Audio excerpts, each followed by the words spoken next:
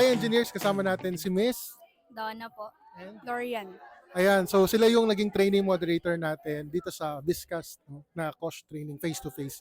So, question, ano yung pinaka-memorable sa 4 na araw natin na coach training? For me po, yung memorable ay yung makita lang namin po yung juniors namin before na actively participating sila. Tapos also po, memorable din kasi we've got to know po speakers po like Sir Romel and Sir Eric po na makikita mo po talaga na very knowledgeable sila about sa profession nila.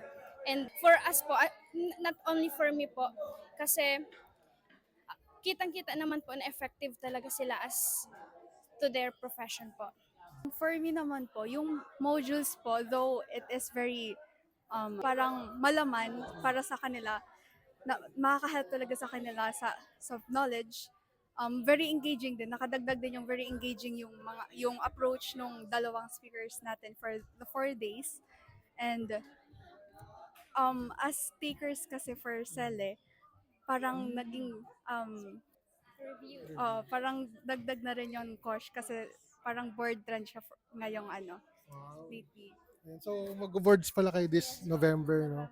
So, good luck engineer. So, ano na lang yung ma-advise nyo sa mga future takers ng coach training na? Sa future coach trainees po, yung 4 days event po kasi like kung iisipin mo napakadaming topics talaga na ilalagay mo sa utak mo, and ang mai-advise lang po namin na be serious lang po talaga sa 4-day event, makinig na maigi sa speakers, and then actively participate po.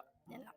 Bukod din po sa actively participating, also, kailangan din nating i-absorb yun and para ma-apply po natin sa future works, hindi lang for this as requirement. Ganun.